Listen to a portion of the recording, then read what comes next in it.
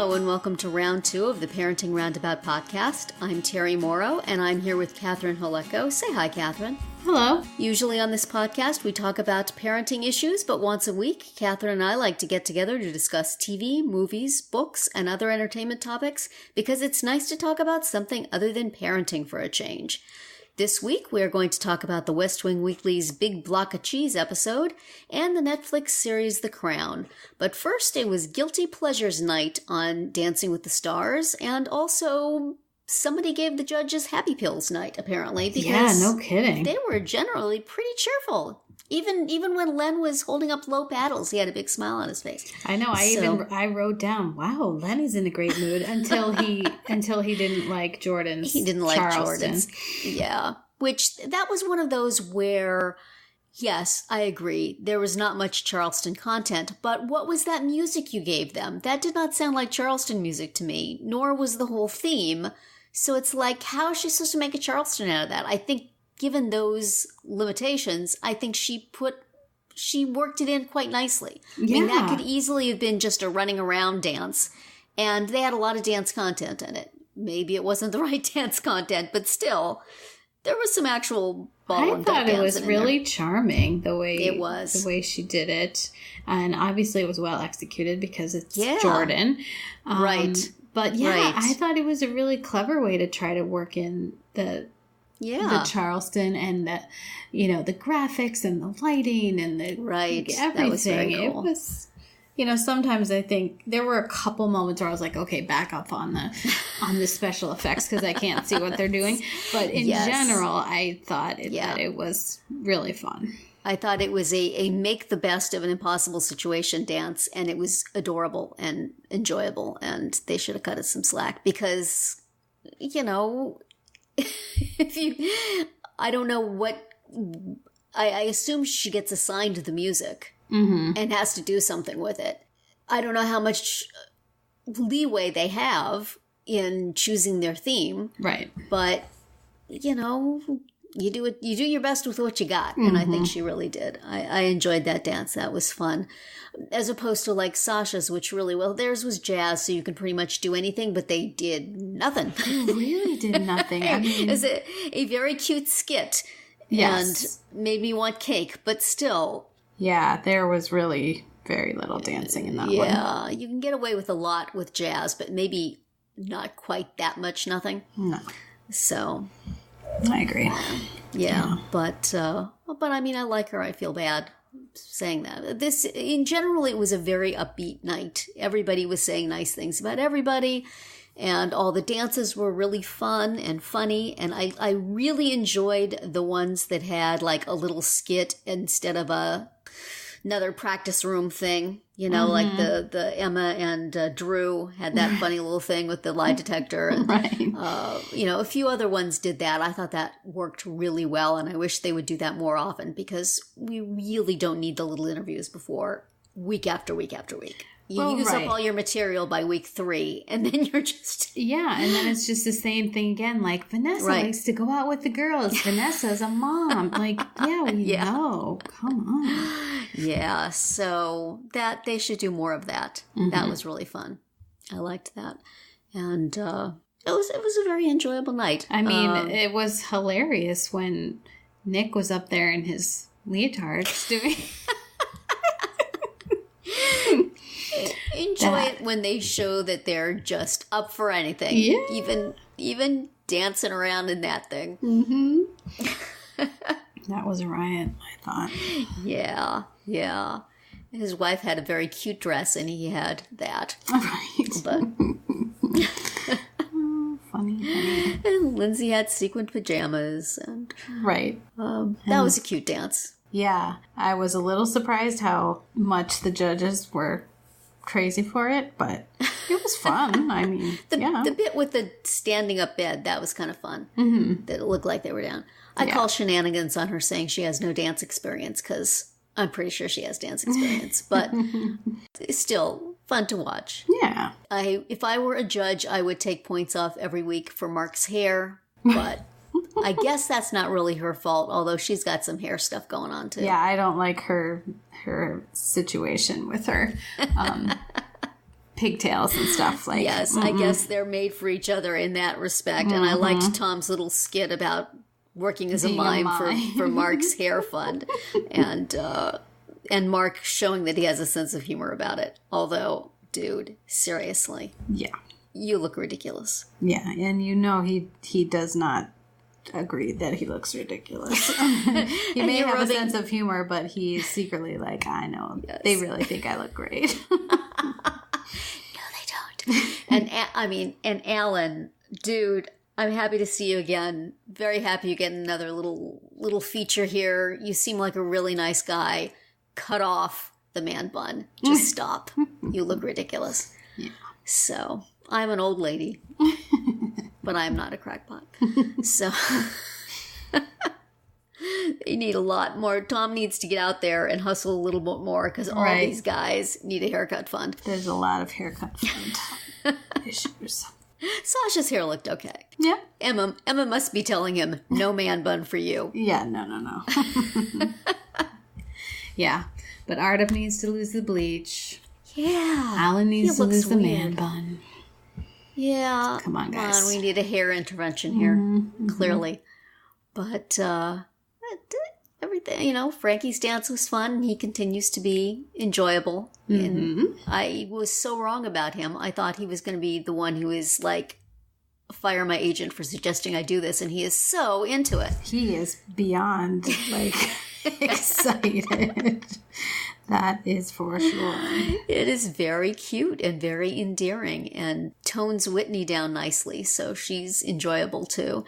So, yeah, I like them. I feel bad about Sharna's partner because he seems really nice and to be, invested in it and stuff, but he's just sort of getting lost. There's so many really enjoyable personalities, and he just seems like a nice guy. But he doesn't really stand out from the crowd in any particular way. So she's going to have to find some way to spotlight him, or else he's just going to...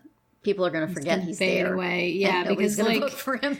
Well, like you said before, there's just not a lot of, dead wood. So you really have to be strong in order to stay already, even though it's so early. Yes, or at least have a strong personality or something that makes you memorable. And I think his mother is what makes him memorable, but I guess they can't have her. Can't deploy her every week, unfortunately. She was in the audience. I saw her in the audience. She needs to individually call up every possible voter and say, my boy is trying hard. He's adorable. Come on. Can't you give him a vote? Well, interesting oddnesses this week were that Max was MIA. They did say he wasn't there and Alan was in for him, but they didn't say why. Yeah, they just I haven't seen anything on social media. Personal situation, but yet his wife was there, his brother was there. Yeah, so I looked around a little bit on social media to see, and nobody seemed to know that I could find. Not that I looked exhaustively. But the fact that they had footage of Alan working with Vanessa, it seems like it wasn't just that night. He just didn't show up. Right. So, I guess we can let them have a personal life, but... Well, not during the season. Come on, guys. Yeah, I assume it was something... an emergency, and then I will feel terrible questioning it. But his investment in the competition with his last couple of partners has been questionable. And he seemed to be really into it with Vanessa, and she seemed to be a good partner with him. So I trust it's really something important and not just, I'll do this when I have time. Right. So I don't know if we'll ever find out, but... And then also there was the oddness of nobody being eliminated, which, yay, because I want these people to hang around as long as possible. But it seems weird that we had this ridiculous 2 dances, 2 nights, 2 eliminations last week, and then no elimination this week. Right. They just really wanted to get rid of Barbara and Debbie and then move forward. Right. If I were Debbie, I would be ticked. Yeah. Yeah, it's very odd. That's odd. So I don't know whether it was planned. It doesn't seem like it would have been, and I don't remember any previous mentions. So whether either the news, at least in when I watched it, there was like 5 minutes of news about the Las Vegas shooting at the beginning. Did you have that on yours too? Yes. Okay, so maybe that was their 5 minutes they had for an elimination. So they said, because that's about all the time they spend on it anymore. Yeah, it's like, although like they could a have quick 5 minutes and a shuffle out. They could have cut the Tom mime thing, or well, they could have. Something. Yeah, it seems like, well, this is like the awards show thing. You have all your little skits, and then, here's your award, go.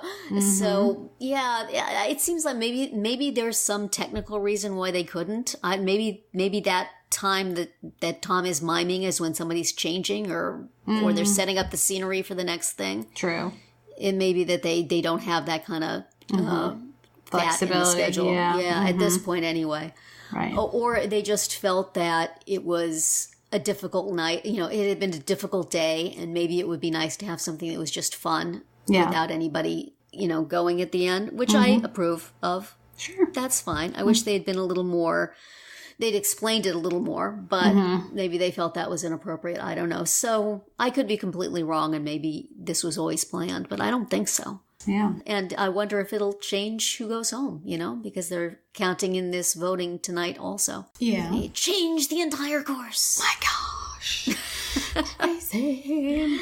Yeah, but it was a little weird having that really horrible 5 minutes of news right before such a sparkly thing, even with Tom's moment of silence or, whatever he said. It still was a little uncomfortable, but then felt like something that was kind of needed. Just something silly to wash all the day's events and the roiling stress ball of Twitter out of our heads. Oh my gosh, I could not go on Twitter.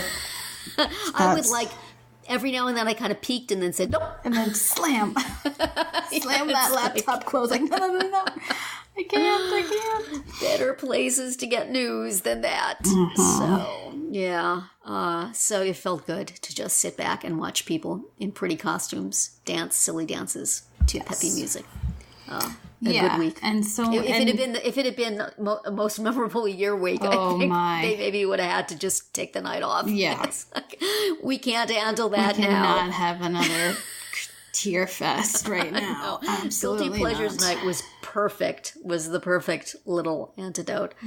So next week, however, is Bare Our Souls Week. Here it comes. Yes. Well, we've already had people use up their bullying cards, so I don't know what's... they're going to have to come up with some other drama. I know. Yeah, well, sometimes it's a good drama, like going to the Olympics or... I am hoping that Jordan Fisher's is about Hamilton and that they have little talking heads from the Hamilton guys. Ooh. That would be fun. Yeah. Not likely, but fun. Could happen. Could happen. Well, Tommy Kail directed him in Grease, I was going to say, Tommy Kail might have some obligations to ABC. Absolutely. And they're in LA now. They're probably trying to sell some tickets. So, well, no, they're not trying to sell some tickets. They could care less about selling tickets. Get some publicity. Yes. They could go and see the LA cast do things, and he can show her how he danced in the show. Yeah. All sorts of opportunities. Absolutely. That would be fun, but I don't know if that's what it will be. I'm sure he has other memorable years, though probably not. Yeah. So, any other dances that particularly amused or did not? We talked about Nick and his outfit. What kind of dance was that supposed to be, or was it jazz?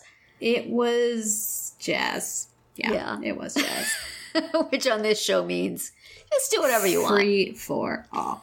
Yeah. Chase each other around a bakery. We don't care. And Victoria, again, yes, showing that she is amazing. Even, yes. I mean, as you said, the bullying card, heard it. Sorry, that's mean, but heard it before. Yeah. But, I liked the dance. I didn't need that bullying backstory to enjoy the dance. I liked the dance, but oh boy, was there a lot going on that dance floor. Yes. I'm not sure we needed all the extra dancers plus the lockers. Mm-hmm. And it seemed like, wait, where are they? Oh, there they are. Oh, yeah. Which one is the one I'm supposed to be looking at right now? They were doing a lot of of the right kind of dancing and stuff, but it seemed so busy. Mm-hmm.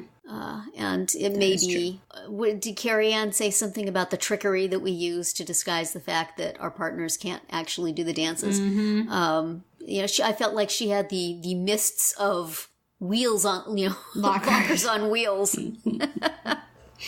That's true. But still, it was an enjoyable dance. It was fun. I like that song. Yeah, and I like her, so. Yeah.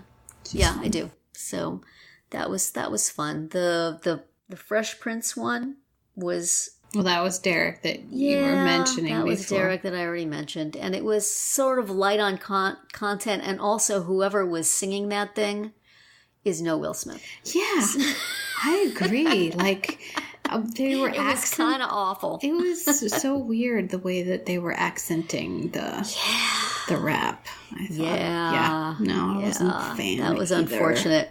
It was not helpful. So, anyway, another week. Yeah. And still the same group. We'll be back next week. That's right. Yay. Very happy about that. I don't think there's anybody I'm desperate to go home. Terrell maybe. But he's fine. In the range of contestants they've had on this thing, there's so many people who've been more unpleasant that I have trouble getting outraged. Absolutely. Mm-hmm.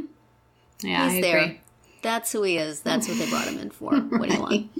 So, with that, we will close the door on Guilty Pleasures Night and look forward with some trepidation to my most memorable year. That's right. And move on to The West Wing. We did not watch an episode this week because we follow the West Wing Weekly podcast's lead, and they did not watch an episode. They did a Big Block of Cheese episode in which they answered listener questions. And I listened to it early in the week, and I quite enjoyed it, and it went right through my brain and fell out the other side, and I don't really remember anything about it to talk about. Yeah. Was there something memorable for you? I mean, I'm glad they did it. I enjoyed it. It was not meant to be a big momentous thing. It was a little palate cleanser between seasons. Mm-hmm. Y'all go listen to it. It's fun. But what could we talk about, Catherine? Short conversation. Yeah, the challenge coin thing was interesting. Right. I wasn't sure I needed that much information about challenge coins, and I was about to skip it, but then I just kept listening to it, and I was like, okay, that was interesting. Yeah, it was interesting. A little self-serving since they're selling challenge coins, but still. Yes. And, a little bit about the behind the scenes of the podcast itself, how they book things and how they plan things. I mean, it's nothing that I couldn't have guessed, like it's hard. People are busy, but still, I thought it's nice to get a peek behind the scenes. Right. And what else did they do? Rishi came up with theme songs for everybody, for several people, and actually it was kind of fun in the comments for the podcast episode. Some people like, oh, I think Margaret needs a song. Some of the other people who didn't get songs, they were created a monster. Yes, everybody will have to. Ed and Larry need songs. Their song is like Bert and Ernie. Gail needs a song. Gail. Yes. So yeah, I mean, it was just a little pause before we move on. And of course we got also in the comments, someone said like, hey, could you please let us know, when you're not going to have, and received kind of a testy answer from the producer, I thought. I'm glad that I didn't ask that question, though, because I had it in mind to do so. Yeah, I'm glad somebody else took the heat for us. Yeah, I thought it was a perfectly polite and legitimate. Yes. It's a question we've certainly had, and it was sort of like, well, he said, we didn't want to interrupt the live show to have like a programming note. And someone tack else, it on to the end, right? And someone else said, "Well, or just put it on the post. Yeah. You don't have to even put it on the air; just put it on the post." So it was a little testy. It wasn't Josh or Rishi; it was honestly their producer. Do this all the time. It's not unusual for podcasts to say, "By the way, we're taking a week off." Yeah. Or, there won't be any episodes next week, or we're doing a different sort of episode next week. Right. You put a little sound thing, glue it on at the end of the live podcast. Right. I mean, we try to do that. Talentless person such as myself can do it. I'm pretty sure their people can do it. Or like you said, put it on the blog post. Something. It's not that hard. Yeah. Come on. Mm-hmm. Come on, guys. Yes. Put it on a t-shirt and sell it to us. We'll probably buy it. That's funny. So, yeah. Anyway, so we trust that next week they will be launching into season 4, though, of course, as we just discussed, they don't say. Right. They just figure you're going to show up and be happy with what you get. Right. So, yeah. And in the comments, he also was like, hey, you could always just rewatch the episode. Like, come on, buddy. Kind of not the point. Yeah. But anyway, we are assuming, for our purposes, that we will be watching 20 Hours in America Part 1. Yes. And if that is not the case, we will know when their podcast drops, the day after our podcast drops, sadly. So if there is a change, we will put it in our show notes. So assuming there's anybody out there that's actually watching along with us, check the show notes. Yeah. And it will say what we're doing. Exactly. But we'll move on now from the podcast to your challenge to me for this week, which was the Netflix series The Crown, Season 1, Episode 9, Assassins. You want to tell me a little bit about The Crown before we start? Sure. So, the reason that I chose to have this as our challenge is because John Lithgow won an Emmy for it. And yes. it was this was the specific one he won the Emmy for? I don't one of us, know, actually. I remember you telling me you talked about The Crown before on this podcast, yes. and you mentioned this episode about the painting. Mm-hmm. So I knew it wasn't going to come out so well. Yeah, so The Crown was a 10-episode season last winter on Netflix about Queen Elizabeth II, starting from just before she was crowned. And it's all about sort of the relationship between the person and the office of the Queen. And then, of course, she has relationships with Lithgow as Winston Churchill, the Prime Minister. And in this particular episode, it was a strongly Churchillian episode because by the end of it, he has finally decided to retire. In part because he sees this portrait of himself and you know what? He's pretty old. Yeah.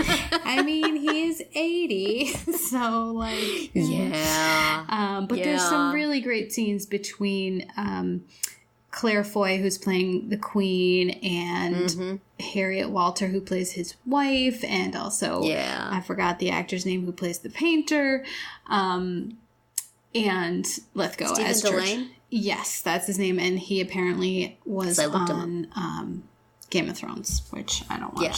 I don't watch either. He was good. They were both good. Mm-hmm. All the performances were great, but that whole relationship between him and the painter was, you just knew, even if you hadn't tipped me off, you just knew it was not going to turn out the way Winston was hoping. Mm-hmm. Whole different approaches, but and we should say that Winston himself liked to paint.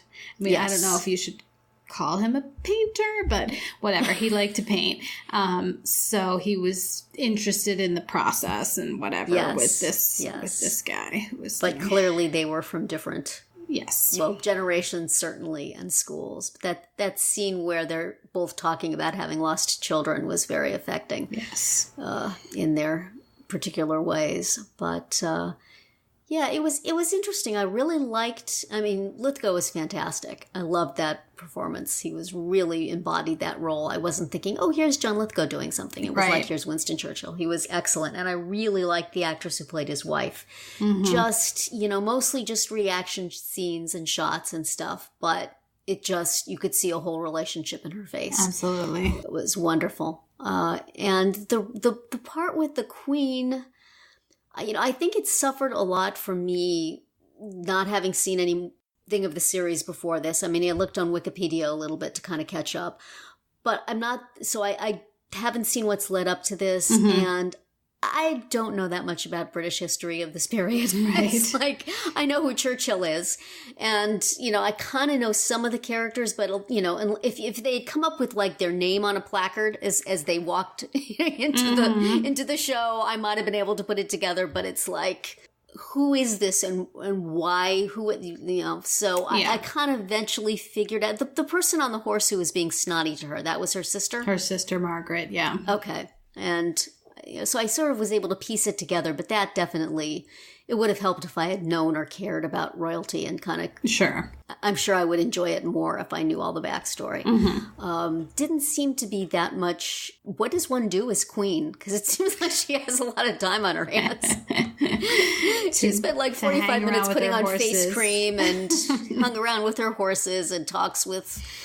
Porchy. Her friend Porchy and glowers at her husband. Yes. And, I guess she had an audience with Winston and went to dinner. Yeah. That's about the extent of her job. I think that, no, there's a lot more to it. I'm sure there is, but in this particular episode. Right, in this episode, maybe not she so seemed much. to have a lot of leisure time. Yes, true. But in general, I think she at that time and even to the present day is a pretty busy lady. I'm sure. So that just was kind of, because I kept saying, oh wait, she's the queen. Isn't she supposed to be off doing queen things? Why is she, driving around in trucks and watching horses mate? And she seems like she should have some more ceremonial functions. Right. But yeah, they're just not showing all of the like ribbon cuttings and yes, those would be boring. I understand. But she could allude to them.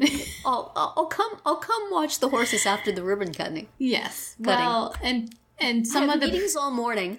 Some of the previous episodes have been a lot about how her husband feels like he has nothing whatsoever to do, and he's going to have redeeming qualities eventually, right? Because I know in his aged state he's quite beloved, right?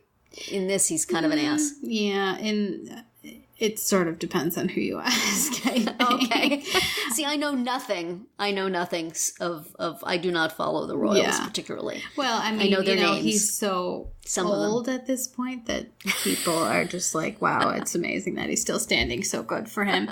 Yeah. But yeah, I mean, he definitely comes off super obnoxious. He did not necessarily develop redeeming qualities. He just got older. Possibly, yes.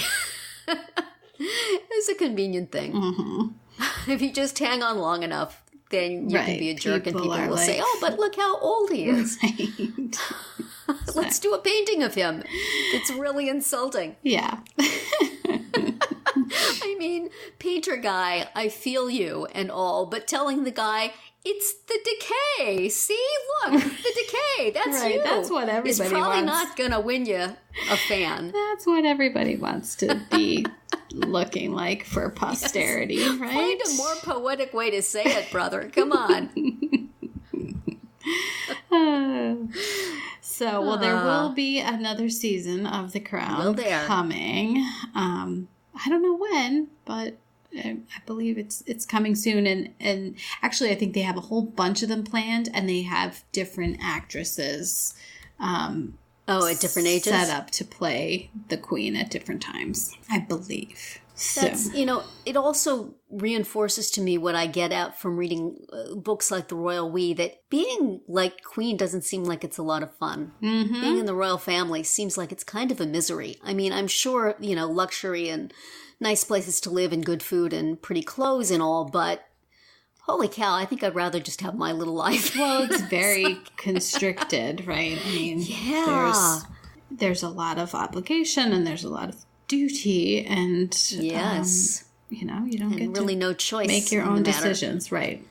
Yeah, well, apparently you get to make your own decision about husband, which unfortunately for you, sweetie, seems like maybe it was not the best thing. But as she maybe says, somebody should have told you who to marry. As she says, you're the only one I've ever loved. Yes. And she Have sort we had of any indication about why that might be? Not really. Yeah, I think that has been some of the criticism of the piece. Yeah. He's got to have a little charm or something to make you understand why. Right. But I enjoyed watching it. It was interesting. It was funny though. I had to laugh at the. It starts up. It's like this period piece. These cold cars and stuff like that. And then the year comes up on the screen, and it's 1954, which is the year my husband was born. Yeah. And it's like, back in the mists of history, in another age. 1954 is not really that long ago. Yep, things have changed. Just a little. I'll just tell myself it's because it was in England. It looked different in America. Right. It looked more Everything modern. Much more shiny and new over here. Starting to feel like that painting of Churchill. Oh, no. So what do you have for me for next week's time? challenge, assuming this is all predicated on us, in fact, watching with the West Wing podcast, the episode 20 Hours in America Part 1 of West Wing, which has a very, very early role for Amy Adams. You might not even have noticed she was there had I not told you. Because later on when I read she was in West Wing, I'm like, she was in West Wing? What the heck did she do? And then I thought, oh yeah, that's who she was. Okay. So it's not exactly a standout role, but it is indeed Amy Adams, if you know that that's who it is. And so I thought we would, along with that, watch an early movie of hers called Junebug. It's from 2005. She got her first Academy Award nomination for it. And it is a breakout role for her. Mm-hmm. She's not necessarily the star of it, but she pops. She makes herself known. She does possibly not stop talking for the entire movie. But it's very charming. So I am going to get it off of iTunes. You said you have it at your library, but it is available on rent on iTunes if anybody wants to watch it with us. It was quite an indie splash at the time, but I don't think anybody's thought too much of it since. So it's quite possible that people have not heard of it or seen it. But she got nominated for an Oscar for it. She did. I imagine it was supporting actress. Okay. But so I mean, it's I think worth watching again. It's been a long time since I watched it, but I remember liking it and certainly liking her. Mm-hmm. So let's see. Okay. Let's watch it and see if I think, why did I want to watch this again? But okay. So we will watch that unless it turns out that the West Wing Weekly, as is its whim, decides to take a week off without telling us. Not impossible. In which case, we will push this down to still coincide with one of the two parts of 20 Hours in America. Okay. So again, check the show notes.